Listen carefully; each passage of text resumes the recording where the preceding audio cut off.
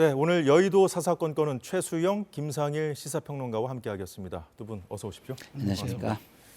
네, 이재명 대표 피습 사건이 정치권 전체에 큰 충격을 주고 있습니다. 선거 기간 비슷한 일이 재발하면 안 된다는 우려와 함께 이 정치권이 극단적인 정치 문화를 반성하는 계기로 삼아야 한다는 지적도 나오고 있습니다.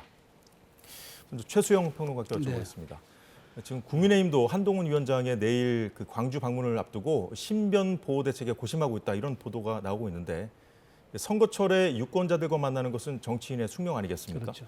그래서 그 예방에는 한계가 있다 이런 지적도 나오고 있는데 그렇다면 당장 할 수 있는 게 뭘까요?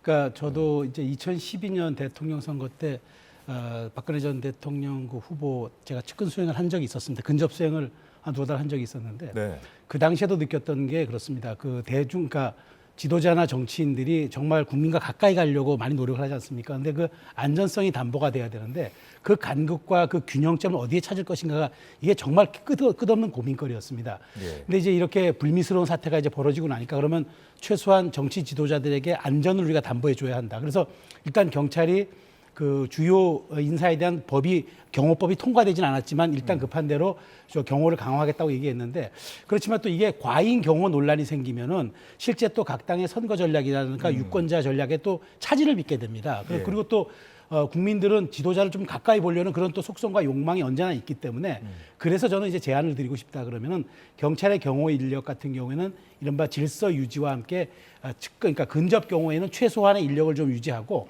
그다음에 좀 경험 많은 당직자들이 예. 현장을 좀 통제할 수 있는 그런 지휘자를 하나 두고 그다음에 또 기자들이 계속 아시다시피 계속 후보를 근접 수행하지 않습니까? 그 간극을 아마 잘 좀 좀 조정할 수 있는 그런 좀 그 말하자면 지휘자가 하나 있고 그다음에 좀 당직자들이 순회하면서 그 어떤 행사의 성격과 그다음에 지역의 성격에 맞게끔 좀 이렇게 그 케이스 바이 케이스 격으로 하는 수밖에 없지 않느냐. 그렇지 않고 너무 철통 경비를 한다 그러면은 예. 실제 그러면 정치인이 대중 정치인으로서의 의미가 또 상실되는 거 아니겠습니까? 그런 점들을 좀 기술적으로 좀 보완하는 그런 좀 지혜의 절충점을 찾아야겠다고 좀 말씀드리고 싶습니다. 뭐 지금 말씀하신 대책들은 또 이렇게 구체화하려면 또 시간도 걸릴 수가 있고 그렇죠. 규정 같은 것도 바꿔야 그렇죠. 되고 그런 네. 문제가 있지 않습니까? 그래서 일단 정치 문화를 좀 바꿔야 된다 이런 얘기도 나오는데 거기에 대해서는 어떻게 생각하세요? 정확한 예. 말씀을 주셨는데 사실 우리가 그 어둠이 물러가서 해가 뜨는 게 아니라 해가 뜨기 때문에 어둠이 물러가는 것 아닙니까? 그렇다면은 지금 우리 사회에 갖고 있는 이게 적대적인 증오와 어떤 분열의 정치, 그다음에 서로를 대립각에 세우고 정말 검투사 정치라고 표현될 만큼 예. 극단의 분열로 치닫는다면 언제나 이런 일이 벌어질 수가 있죠. 그래서 정치권이 먼저 언어도 순화하고 그다음 메시지도 순화하고 그다음에 말하자면은 상대를 자극하지 않고 내 말을 어떤 포지티브하게 전달하는 그런 일단 전부터 좀 여야가 빨리 실현하면은 그나마 좀 새해 들어서 그런 우리 사회가 이렇게 극단으로 치닫는 갈등의 정치는 조금 더 줄어들지 않을까 좀 희망 섞인 제안은 저도 드려봅니다. 예, 김상일 평론가. 네. 지금 정치권에서 여야 공이 지금 자성의 목소리도 좀 나오고 있지 않습니까? 네. 그 지지층을 결집하기 위해서 좀 과격해진 또 네. 폭력적으로 변한 그런 네. 정치 언어를 좀 바꿔야 된다는 그런 얘기 나오고 있는 거 아니겠습니까? 예, 바꿔야죠. 제가 뭐 방송에 나오면 가끔 이런 말씀을 드려요. 이 사회가 지금의 인류를 포노 사피언스라고 해요. 그러니까 우리가 이 핸드폰 하나를 들고서 지금은 이제 유튜브라는 것이 어느 정도냐면 자기 취향에 맞춰서 컨텐츠를 골라서 올려줍니다. 예. 그러면 그것만 계속 보면 어떻게 되겠어요? 자기 확증 편향이라는 게 굉장히 강해지는 거죠. 편향적으로 사람들이 변하는 겁니다. 예. 그러면 이런 것들을 사회적 병리 현상으로 가는 걸 막기 위해서 정치인들이 고민을 먼저 해줘야 되는 거예요. 이 예. 호모 사피엔스 사이에 필요한 제도는 도대체 무엇인가?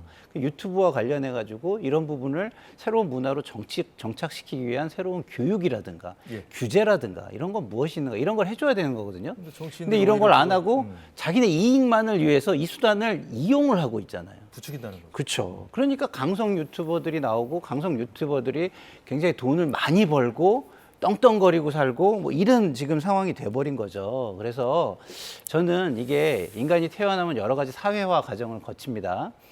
첫 번째가 이제 가정이고 두 번째 2차가 이제 교육기관이죠. 교육기관이고 세 번째가 이제 직장이나 이런 사회인데 이런 것들이 지금 굉장히 많이 무너져 있는 상황 속에서 예. 더더군다나 개인주의적인 문화가 굉장히 발전한 속에서의 어떤 포노사피엔스 인류가 온 이 상황, 이거에 대한 정치권의 고민이 커야 진정한 정치인으로서 일을 하는 것이다. 일 좀 해라. 예. 라는 말씀을 드리고 싶고요.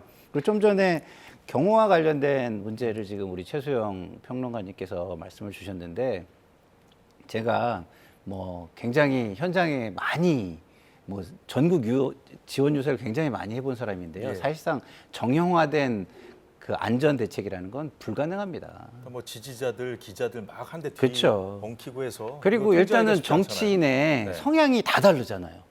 아니, 나는 지지자들을 적극적으로 만나고 싶은데 왜 막어? 이런 예. 사람이 있을 수 있는가 하면, 나는 좀 악수도 좀 덜 하고 싶고 그냥 그 조금 더 정형화된 행사를 하고 싶어, 이런 사람도 있어요. 그렇기 동선을 때문에- 딱 맞춰서 다니는 정치인도 그렇죠. 있고 그렇지 않은 정치인도 그렇지 않은 있다. 사람이 네. 있죠. 그렇기 때문에 이거는 굉장히 어렵습니다. 지금 최수영 평론가님 하신 말씀대로 하면은 경우는 굉장히 편해져요. 편해지지만 그 지금 시대에 맞지 않는 경우가 되는 겁니다. 지금 시대는 경호하는 사람들이 굉장히 헌신적인 사람들이 해줘야 돼요. 예. 자기 희생이 따르는 경우, 헌신적인 경우, 이것만이 그나마 어떤 위험을 줄일 수 있는 상황이다. 이런 말씀을 알겠습니다. 드리고 싶습니다. 최수영 평론가, 네. 그 지금 정치 테러는 사실 뭐 과거에도 그렇죠. 몇 차례 있지 않았습니까? 지금 이재명 대표 피습 사건과 관련해서 여야 정치권 지금 자중하는 분위기이긴 합니다만 네. 일단은 혹시나 이게 향후에 선거에 어떤 영향을 미칠지 좀 숨죽이면서 좀 보는 상황이다, 이렇게 볼 수 있을까요?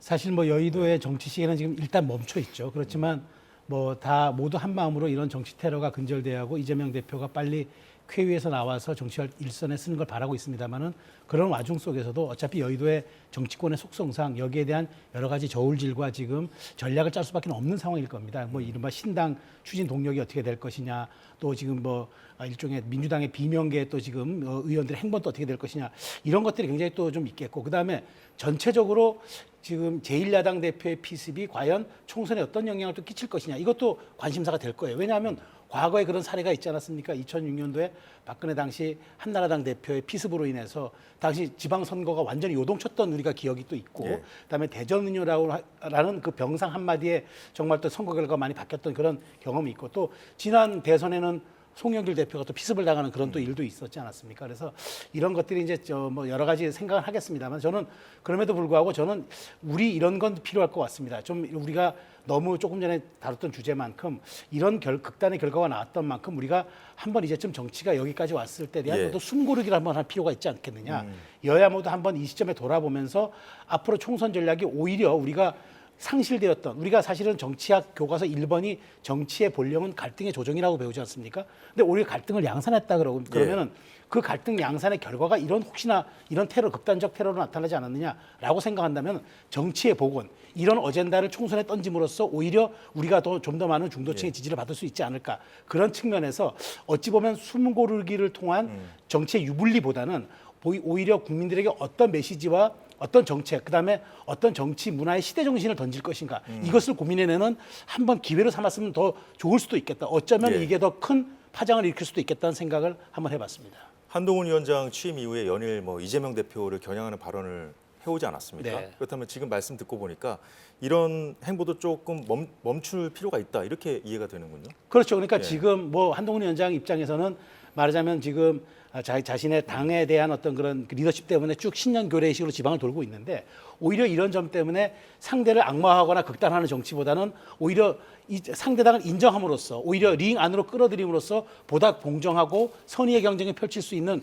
그런 계기로 삼을 수도 있는, 한동훈 위원장이 어제 워딩을 본다 그러면은 만일 좀 안정되는 데로 한번 찾아갈 수도 있겠다는 그런 뉘앙스를 던졌기 때문에, 그런 좀 일말에 좀 그런 그 실마리를 또 풀어갈 수 있는 예. 우리 정치 복원의 한 계기가 되지 않을까라는 생각도 해봤습니다. 여야 정치권이 뭐 숨 고르기를 할 그 어떤 예. 자성의 어떤 계기로 삼아야 된다는 말씀을 예. 해주셨는데, 김상일 평론가는 어떻게 보십니까? 저는 뭐 그런 얘기를 쭉 계속 해왔던 사람 중에 한 사람이고요. 지금 이 진영 논리가 너무 강해요. 진영 논리를 넘어서 진영 억지까지 가 있습니다. 그런 상황에 국민들은 무엇이 상식인지, 무엇이 공정인지 오히려 굉장히 궁금해하고 있어요. 도대체 우리가 지켜야 되는 상식이 뭐지? 우리가 지켜야 되는 공정이 뭐지? 우리가 그걸 지키면 우리만 손해보는 거 아닌가?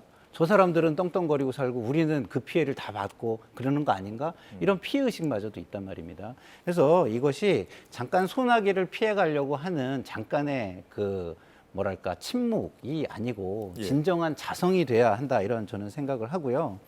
그 한동훈 장관이 취임 일성으로 한 얘기가 그 민주당의 일종의 그 본인의 그 타격 지점들을 딱 나열을 했어요. 그래서 그걸 중심으로 앞으로 향후 일정을 가져갈 것으로 예견이 돼 있었습니다. 근데 이번을 계기로 이런 것들을 좀 전폭 수정을 하고 예. 진정한 국정을 운영하는 주체, 여당다운 모습, 그리고 어른다운 모습, 힘 있는 사람의 여유 있는 모습 이런 걸 중심으로 해서 어떤 방향을 재설정하는 계기로 좀 삼으면 어떨까 이런 생각이 들고요.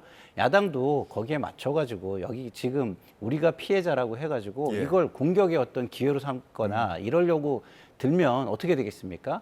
이런 거를 이제 악순환, 소위 말하는 비셔스 서클이라고 하잖아요.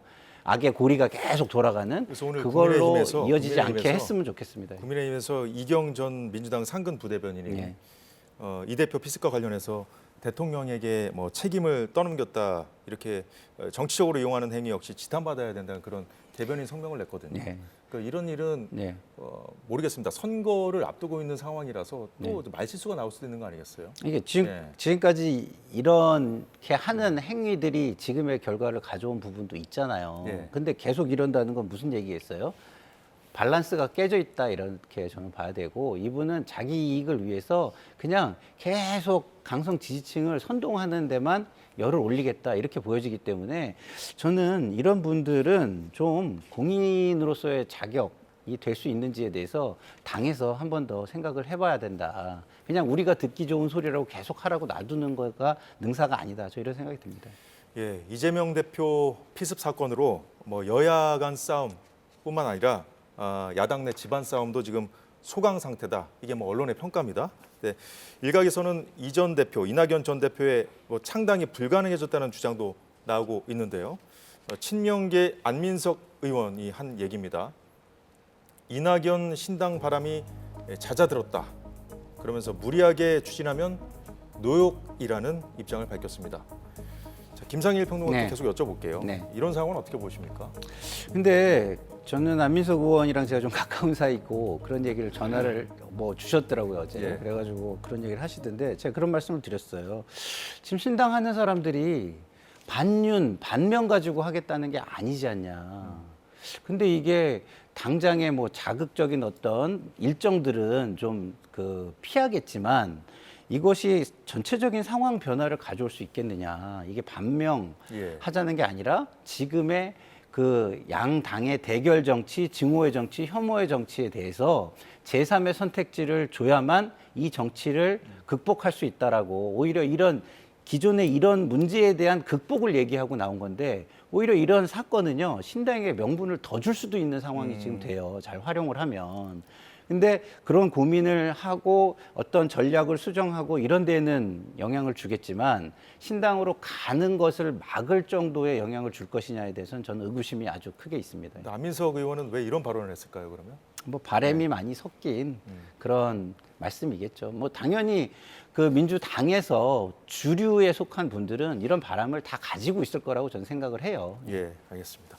자, 민주당에서는 이럴 때 빨리 그 이낙연 전 대표 비명계에 또 손을 내밀어야 된다, 이재명 대표가. 이런 얘기도 나오고 있더라고요. 예. 그렇죠. 그러니까 뭐 지금 사실 이낙연 신당이 주춤할 것이다, 뭐 혹은 바람 잦아들었다. 사실 이건 뇌피셜에 저도 불과하다고 봅니다. 왜냐하면 이낙연 신당이 그냥 급조해서 나온 신당이거나 갑자기 무슨 반발에 의해서 무슨 예. 작용과 반작용에 따라서 생긴 저런 정당이 아니라 그런 신당이 아니라 충분히 한두 달 동안 이낙연 대표가 전 대표가 변화의 시간을 내가 주겠다고 한데도 불구하고 결국 변화의 목소리를 듣지 못하니까 그러면 국민에게 새로운 선택지를 드려야 함이 새로운 정치에 또 우리가 해야 할 일이 아니냐라고 하면서 한 거기 때문에 이게 이재명 대표에 대한 지금 불행스러운 사건이 있지만 이것 가지고 신당이 동력이 멈춘다 그러면 그 신당은 신당도 아닌 거죠. 그러면 그 신당 원래부터 추진하면 안 되는 거였죠. 그러니까 저는 이렇게 봅니다. 이낙연 대표 전 대표가 그 얘기하는 이런 신당의 가치를 꾸준하게 이낙연 대표가 지금 하기 위해서 행주산성에서 출마 선언식도 하고 그랬는데 그렇다면 이걸 기화로 오히려 이재명 대표의 리더십이 바뀌고 자 내가 한번 그 멈춤의 시간을 갖고 한번 다시 한번 되돌아보겠다면서 이낙연 대표의 손을 내미는 게 오히려 전략상 맞는 거지. 이제 이걸로 인해서 당신의 당은 소멸될 것이 분명하고 노욕이니까 예. 앞으로 여의도 정치판에서 사라질 것이다라고 얘기하면 오히려 전 신당에도 동력이 더 붙는다고 봐요. 오히려 역효과를 낼 거예요. 그렇죠. 그래서 지금 이 시간은 오히려 자성과 침묵의 시간이 되어야 되고 나를 돌아보는 성찰의 시간이 되어야지 이걸 가지고 이걸 빌미로 상대를 더 폄하하거나 상대를 더 진짜 노욕으로 더 치부하거나 이런 식으로 상대를 더 정말 왜소화시키면서 내 걸 키우겠다는 그런 생각은 정말 하지하책에 불과한 거고 이런 이야기들은 저는 오선의 정치인으로서 별로 저는 좋은 안이 아니었다고 생각합니다. 예. 당대표 피습 다음 날 민주당 지도부는 정부가 국무회의 시간까지 조정하며 김건희 여사 방탄에만 몰두하고 있다면서 쌍특검 수용을 재차 촉구했습니다. 잠시 영상 보겠습니다. 대통령이 김건희 특검을 비롯한 쌍특검에 대한 거부권 행사 시 중대한 국민적 도전에 직면하게 될 것입니다. 민주당은 국민과 함께 쌍특검이 반드시 관철돼서 법과 정의가 실현될 수 있도록 노력을 하겠습니다. 대통령과 한동훈 비대위원장에게 묻습니다. 법 앞에 여예가 없다는 당신들의 원칙은 법 앞에 대통령과 대통령 가족은 예외인지 다시 한번 묻겠습니다. 예, 오늘 민주당이 이재명 대표 피습 사건 관련해서 비상의원총회를 열었는데 여기서도 김건희 특검법 관련된 얘기가 네. 좀 오갔을까요? 어떻게 네, 보십니까? 뭐 좀 네. 오가는 것으로 저는 알고 있고요. 뭐 대충 우리가 할 수 있는 지점들에 대해서 좀 설명이 좀 있었던 것 같아요. 뭐 다시 말해서 이제 권한쟁의 심판 지금 국민의힘에서는 뭐 재표결 지연 꼼수라고 하는데 민주당 입장에서는 이것을 이제 뭐랄까요 이해 충돌로 바라보고 있는 거예요. 자기 가족에 대한 거잖아요. 이게 가족에 대한 거를 거부권을 행사한다. 이것이 이해 충돌 아니냐. 어떻게 이런 걸 할 수가 있느냐라고 해서 권한쟁의 심판의 대상이 되는지를 법적으로 진지하게 검토를 하겠다. 이런 설명을 한 것 같고요. 예. 그 외에 또 뭐 그 국민의힘의 현재 상황이 어떻게 변할 것인가에 따라서 전략의 변화도 있을 수 있다. 이런 것들이 좀 어느 정도는 논의가 된 것으로 저는 알고 있습니다. 지금 차기 대선 주자 뭐 1, 2위 오락가락하고 있는 그 이재명 대표와 한동훈 비대위원장. 이 총선 결과에 따라서 그 진 쪽은 치명타를 입지 않겠느냐 이런 얘기들이 나오고 있지 않습니까? 네. 그렇게 관측을 하고 있는 상황에서 그 한복판에 지금 서 있는 것이 김건희 네, 특검법이잖아요. 어떻게 될 거라고 보십니까? 계속 극한의 대립으로 갈 수밖에 없는 구도라고 보십니까? 그러니까 저는 이제 민주당이 국민의힘에 이제 말하자면 나중에 이탈표를 좀 생각해서 제 표결 시점을 이제 2월 이후로 미룬다 이런 얘기들이 나오고 있는 상황에서 국민의힘 빨리 선택하라고 하지 않습니까? 왜냐하면 그리고 국민의힘 입장에서는 이런 말하자면 리스크를 빨리 제거해 놓고 선거를 치러야 좋다고 생각하는데 예. 저는 이렇습니다. 지금 새 여러 가지 여론을 종합해 보면은 대통령이 김건희 여사 특검법을 거부권 행사하면 안 된다의 의견도 높지만 또 다른 한쪽에서는 그 총선에 영향을 끼치는 것이 분명해 보이므로 오히려 공정한 특검을 변협이 추천하든가 해서 선발해서 총선 이후에 정말 말하자면 독소 조항을 제거한 채 국민이 납득할 수 있는 특검의 결과를 내는 것이 좋겠다는 의견도 상당히 높아요. 그래서 지금 한동훈 위원장이 지금 지방순회를 하면서 여러 가지 의견을 경청하고 있을 것 같은데 저는 이제 지금 이재명 대표 테러 사건도 있었습니다만은 말하자면 이 특검으로 인해서 특검법안을 놓고만 여야가 몰입할 경우에는 저는 오히려 지금 조금 전 말씀하신 예. 정치복원이라든가 우리 사회가 2024년 이후 시대 정신으로 나아갈 어젠다를 전혀 생산하지 못하고 총선 치를 경우에 저는 오히려 제3지대에게 공간을 내줄 수도 있다고 봐요. 여기에만 매몰돼 버리면. 그래서 지금 이거는 이제 거부권 행사가 확실시되졌기 때문에 저는 이 시점을 민주당이 빨리 재표결을 언제 할지를 그걸 구체화시켜내고 여기에 대해서 총선에서 국민의 심판을 받겠다라고 하는 게 온당한 방법이고 국민의힘도 여기에 대해서는 그럼 더 이상 말하자면 여기에 대해서 쉴드라든가 이런 것보다는 오히려 그럼 이걸 가지고 총선에서 우리가 한번 평가를 받아보자라고 하는 전략으로 가고 빨리 정책 경쟁으로 가는 게 저는 그나마 양당이 가질 수 있는 지위를 누릴 수 있는 그런 방안이지 더 자꾸 이걸 가지고 논쟁을 벌이면 별로 알겠습니다. 잘 좋은 들었습니다. 일이 아닐 것 같습니다. 예. 오늘 청와대 영빈관에서는 오부 요인 등 국가 주요 인사들이 참석한 신년 인사회가 열렸습니다. 피습으로 참석하지 못한 이재명 대표의 쾌유를 기원하는 위로도 이어졌는데 현장 영상 잠시 보겠습니다. 테러라고 하는 것은 그 어떤 것이든 간에 피해자에 대한 가해행위, 범죄행위를 넘어서서 인간의 자유를 억압하고 자유사회를 지향하는 우리 모두의 적이라고 할 수 있습니다. 우리 모두 정말 하나된 마음으로 피해자를 위로하고 같은 마음으로 단호하게 대응해야 된다고 생각합니다.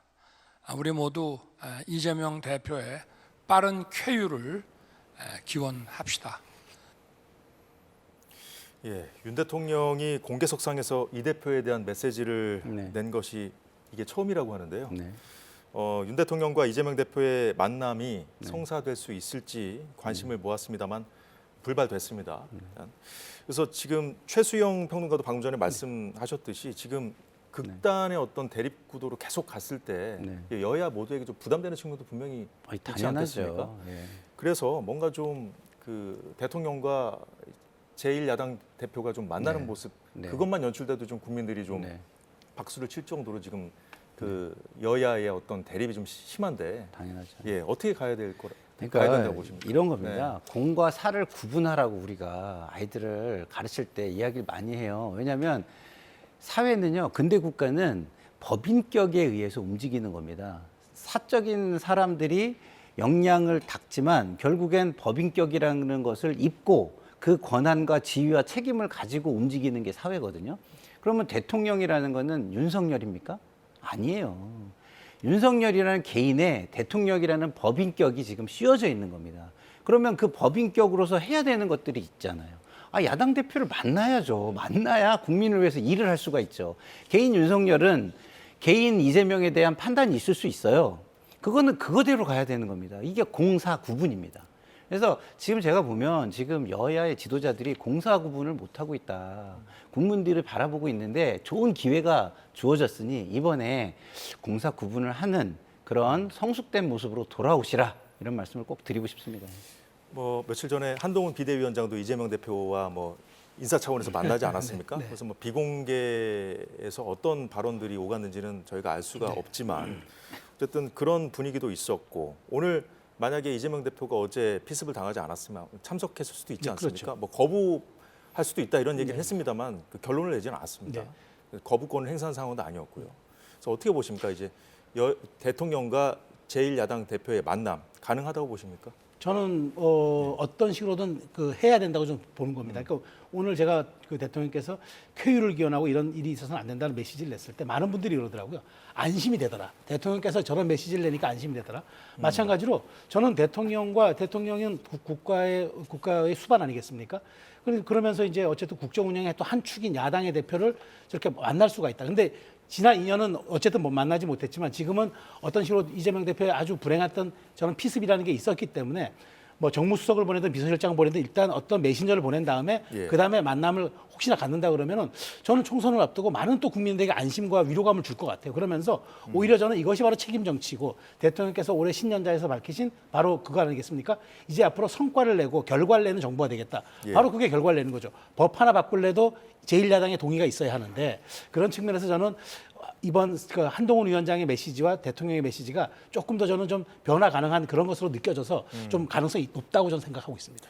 네, 그렇지만 지금까지 어떤 한동훈 위원장의 행보라든가 대통령의 행보, 이제 신년사 메시지도 그랬고요. 뭐 카르텔 발언도 하지 그렇죠. 않았습니까? 그리고 한동훈 위원장도 취임 이후에 운동권 청산을 모토로 들고 나왔고 또 첫 그 방문지가 또 어제 대전을 그렇죠. 갔다 가긴 했습니다만 또 보수의 심장부인 대구였어요. 그래서 중도 외연 확장에는 좀 도움이 안 되는 거 아니냐 이런 우려도 있었는데 어떻게 보십니까? 원래 네. 전통적인 선거 전략이 자기 지지층을 결집한 다음에 중도로 이동한다 이런 전략 아니겠습니까?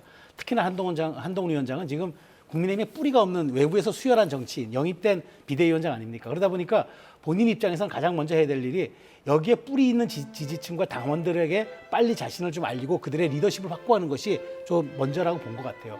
다만 이런 변수가 또 생겨났기 때문에 본인은 대구의 심장이라고 이제 대구가 보수의 심장이라고 하지만 또 이준석 전 대표도 지금 대구를 노리고 있기 때문에 그런 측면에서 저는 선제 타격적 측면도 좀 있었다고 보지만 앞으로 한동훈 위원장이 좀 자신을 지켜봐 달라고 얘기했던 것은 중도 확장과 2030 또는 3040 그런 여성 이런 층에게 소구할 수 있는 그런 메시지를 준비하고 있다는 뜻으로 저는 알기 때문에 조만간 저는 한동훈 위원장이 중도 확장에 대한 좀 확실한 스탠스를 좀 보일 것으로 저는 전망하고 또 그렇게 할 겁니다. 승리를 위해서라면 당연한 선택을 한 위원장은 할 거라고 보는 거죠, 저는. 김상희 평론가는 그 네. 한동훈 위원장의 중도 확장, 외연 확장을 위한 행보 가능성 어떻게 보시나요? 거기가 저는 이제 한동훈 위원장이 가지는 한계의 지점이라고 봐요. 그 한계를 넘을 수 있느냐, 넘지 못하느냐. 지금까지 개인기는 상당히 훌륭하게 보여주고 계신다는 생각이 들어요. 그렇기 때문에 컨벤션 효과도 있고. 근데 마지막으로 한계 지점에서 한 발자국을 더 나갈 수 있느냐를 국민들은 볼 겁니다. 어느 지점일까요? 그게 뭐냐? 네. 대통령과의 차별화예요. 그리고 대통령에게 바른 소리를 하고 대통령이 틀린 게 있으면 그걸 바로잡을 수 있는 정도의 어떤 소신 있는 정치인의 모습, 차세대 지도자의 모습, 이것을 가지고 있느냐 이걸 볼 거거든요. 근데 보십시오. 지금 우리 강서 재보궐선거 이후에 중도층 민심은 확인이 됐어요. 우리는 실정을 용서하지는 않을 거야. 실정에 대해서는 평가를 할 거야. 이런 이미 표심을 보여줬습니다. 그러면 한동훈 장관은 정당을 넘어서서 정부에도 영향을 줄 수 있는 어떤 희망, 국민에게 중도층에게 희망, 삶에 실질적인 삶에 희망을 줄 수 있는 것까지가 저는 나가줘야 이 한계를 넘는 것이다. 저는 이렇게 보는 겁니다. 그래서 한동훈 장관은요, 지금 많은 것들을 잘하고 있지만 요 한계를 인식하고서 해야 한다. 저는 이런 말씀을 드리고 싶습니다. 예, 한동훈 위원장이 윤 대통령과의 차별화가 필요하다는 말씀을 해주셨는데 어떻게 생각하세요? 그러니까 이게 좀 딜레마죠. 그러니까 2012년 박근혜 비대위가 성공했던 거는 이명박 정부의 차별화였어요. 그런데 그때는 이미 5년 차였습니다. 그런데 지금 임기 3년도 안 되고 지금 겨우 만 2년도 채 안 된 그 윤석열 대통령과 차별을 한다? 그럼 사실은 이게 대통령의 리더십을 형해화시키거나 무력화시켜야 된다는 얘기인데 쉽지는 않을 거예요. 근데 그래서 저는 한동훈 위원장이 그 경계에 어디쯤에 잘 설 것인가. 그러니까 예. 대통령의 민심을 전달하는 창구로서 국민의힘을 스탠스를 정립하고 그다음에 국정의 운영의 방향을 당이 얼만큼 추동력 있게 가져옴으로써 이것을 국민에게 전달할 것인가. 요 경계를 잘만 한다 그러면은 예. 차별성과 본인의 어떤 정치적 리더십의 또 격상이 되겠지만 그렇지 않는다면은 오히려 더 그것이 말하자면 국민의힘의 패착일 수도 있는 길로 가기 예. 때문에 그 경계를 근데 정치 초년생이라 잘 못할 거라고 생각하지만 저는 한 번도 가보지 않는 길을 한동훈 위원장이 가보고 있기 때문에 이 경계에 대한 접합점을 찾아낸다면은 한동훈식의 차별화 이게 저는 가능할 거라고 생각합니다. 그 한동훈 위원장도 총선 승리에 올인한 상황 아니겠습니까? 그 차별화가 그렇죠. 그만큼 중요하다고 중요하죠. 보십니까? 네. 그렇죠. 중요하죠.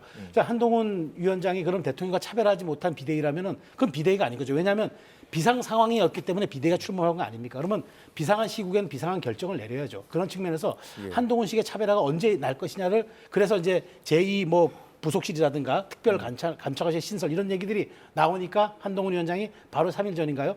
조금만 시간을 갖고 기다려달라. 나도 지금 생각 중이다는 식으로 얘기했기 때문에 예. 저는 어떤 형태로든 1월 말 설 전에는 한동훈식 메시지가 뭔가 지금 기존의 김기현 지도부라든가 다른 지도부와는 다른 예. 그런 류의 차별성을 가진 어떤 정책 메시지 혹은 대국민 선언 이런 것들이 저는 있을 거라고 생각합니다. 그 한동훈 위원장이 보여줄 그 혁신도 굉장히 중요한 거 아니겠습니까? 그러면 추후에 이제 공천이 과정이 이루어질 때 이제 현역 의원들이 빠져나간 그 빈 공간을 어떤 인물로 채울지 굉장히 중요한데 인재 영입 위원장을 직접 맡는다는 그렇죠. 보도가 나왔고요. 이제 조만간에 공천관리위원회를 띄울 예정이잖아요. 네.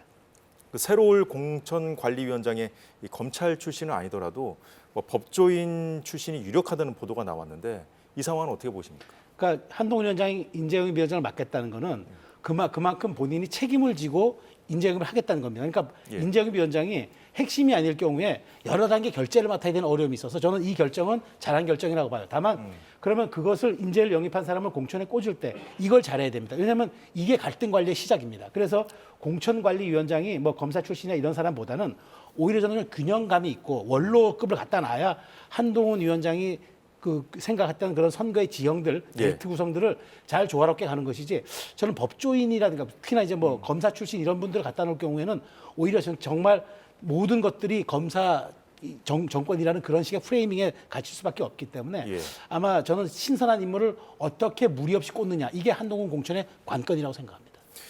예, 민주당에서도 지금 그 중도층이나 외연 확장을 이끌기에는 당이 사당화됐다는 지적이 당 내에서도 계속 나오고 있는 거 아니겠습니까?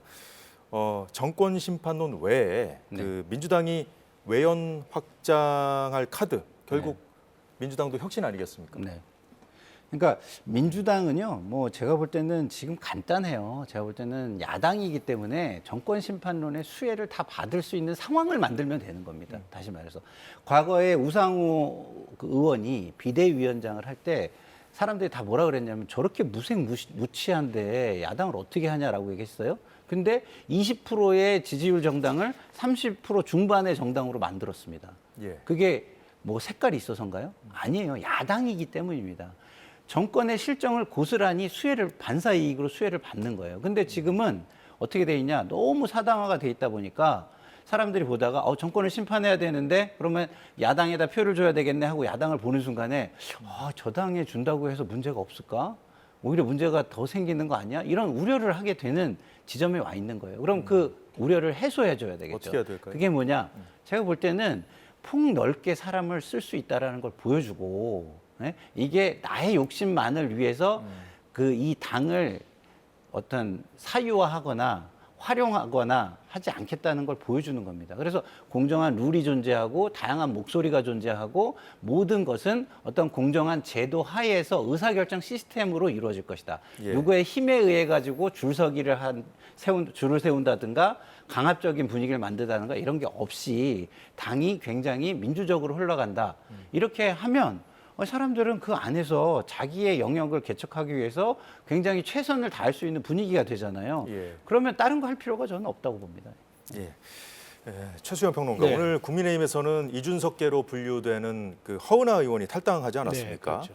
그러면서 한 얘기가 지긋지긋한 양당 정치의 대체제가 되겠다, 뭐 이런 취지의 얘기를 했는데, 대체제가 된다고 했으니까 이제는 그 당에 대한 얘기보다는 좀 비전을 보여줘야 될 때가 되지 않았느냐, 이런 지적들이 나오고 있거든요. 그렇습니다. 그러니까 지금 사실 이준석 친당이 조금 동력을 상실한 거는 이제 그 대체제라고 할 수 있는 한동훈 위원장이 계속 주목도와 여론의 관심도를 끌고 가니까 그랬는데, 지금 이제 말하자면 천하람, 이기인, 그다음에 이제 하은하 의원까지 릴레이 계속 탈당과 입당, 그다음에 창준 위원장을 맡음으로써 예. 동력을 싣는 상황인데, 과연 이렇게 차별화 전략만을 갖고 되겠느냐? 결국은 제3지대가 보여줄 수 있는 이 지긋지긋한 양당의 정치를 끝낼 수 있는 그러면 새로운 시대 정신이 무엇인가라는 예. 담론 내지는 최소한 잘 세팅된 어젠다를 꺼내놔야 국민으로부터 선택받는 거지. 이게 무조건 우리는 비윤, 그다음에 비명, 이렇게 반명 이렇게 가서 될 예. 일은 아니기 때문에 저는 이제부터 남은 과제는 이런 퍼포먼스들이 이어지는 것도 동력에 도움이 되겠지만, 보다 더 중요한 거는, 그래서 이준석 전 대표가 정강정책준비위원장을 맡았다 그러더라고요. 그래서 어떻게 앞으로 이런 것들이 나올 것이냐, 이게 국민들이 주목하는 거지. 이제 누가 합류하는 거 이런 것들보다도 더 중요한 예. 거는 새로운 시대 정신을 어떻게 꺼내낼 것인가. 저도 여기에 주목하고 싶습니다. 그럼 이준석 신당이 보수 신당으로 갈 가능성이 일단 좀 있다고 보시는 겁니까? 왜냐하면 지금 이 전 대표가 영남이나 강남에서 지역구 후보를 내겠다는 입장을 냈거든요.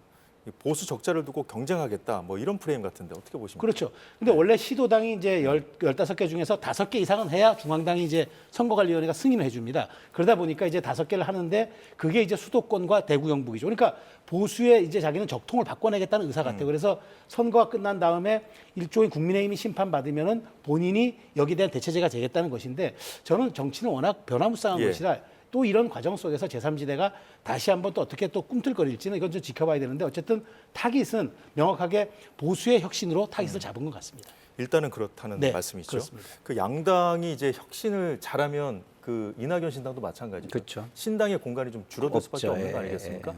그럴 때 이른바 낙준연대, 네. 이낙연 신당과 이준석 신당의 네. 어떤 연합이라든가 네. 이런 시나리오가 그려질까요? 어떻게 보십니까? 저는 양당이 혁신을 하면은요, 신당의 공간은 아예 없어진다고 생각합니다. 왜냐하면 지금 신당은요, 중도층의 어떤 지지를 굉장히 큰 기반으로 삼고 있거든요. 근데 예. 중도층은요, 웬만해서는 어떤 팬심이 형성이 된다거나 팬덤이 형성돼서 적극적으로 움직이지 않아요. 그냥 소극적 선택을 해주는 집단이란 말입니다. 근데 양 당도 굉장히 혁신을 해가지고 변화를 보여줘. 그러면은 기대를 할 수 있는 상황이 되잖아요. 그러면 표를 저기에 줘놓고 기대를 한번 해봐야 되겠네. 이런 상황이 되겠죠. 소극적 선택이라고 하셨지만 더 네. 깐깐한 사람들이 그렇죠. 있지 않을까요? 그 소극적 선택이라는 게 끝까지 뭐냐면, 지켜보고 하겠다. 제가 좀 표현이 좀 잘못됐을 수 있어요, 그게. 근데 제가 소극적인 선택이라는 건 선택 자체가 소극이라는 게 아니라 예. 그 선택을 하기까지의 행동들이 행동들이 소극적이다라는 말씀을 드린 건데 제가 좀 이렇게 표현이 좀 잘못됐다는 말씀을 드리고요. 그래서 어떤 적극적인 행위를 선택까지 가져가기 위해서 사전적 적극적 행위를 별로 안 하는 분들이다라는 말씀을 드리고요. 그런 면에서 양당이 혁신을 해간다라고 하면은 저는 중간지대에 있는 분들이 저렇게 양당들이 변화 경쟁을 하는데 굳이 3당이 필요해? 다당제가 필요해? 이렇게 생각할 수 있죠. 그럼 저는 아예 공간이 없다고 생각하는데 그럴 가능성이 별로 없는 거예요. 지금 너무 양당 다 강성 지지층이 끌려다니고 있어요. 지금도 보세요. 한동훈 장관이 지금 보수가 결집이 안 돼 있습니까? 우리 다 알잖아요. 너무 심하게 결집이 돼 있어가지고 문제고 이런 사단도 난다고 다 생각하잖아요. 근데 뭘 또 보수를 결집을 한다는 얘기입니까? 그거는 자기 진영에서 자기의 어떤 위치를 공고화하겠다 이것뿐이 안 되는 거예요. 그 자기 당과 당의 미래, 국민의 미래를 생각한다면 나 정도는 언제든지 그 불쏘시개가 될 수도 있고 그 희생양이 될 수도 있다 이렇게 생각하고 크게 움직이시는 게 맞는 거죠. 삼지대의 부동층이 흘러 들어가지 않도록 양당에서도 그 부분 또 신경 쓰면서 관리 차원에서 이제 선거 전략 짜지 않겠습니까? 그렇죠. 끝으로 한 말씀 부탁드리겠습니다. 그렇습니다. 그러니까 네. 양당이 변화와 혁신을 하는 것이 제3지대에 공간을 주지 않는 겁니다. 양당이 변화와 혁신을 하지 않고 그야말로 전통 지지층에만 자꾸 소구하는 그런 정책 메시지 그런 선거운동을 캠페인 한다 그러면 제3지대 공간 넓어집니다. 이것은 분명한 사실이기 때문에 작용과 반작용의 법칙이 되기 때문에 이것을 유념했으면 좋겠습니다. 예, 오늘 말씀 잘 들었습니다. 지금까지 최수영, 김상일 평론가였습니다. 고맙습니다. 감사합니다.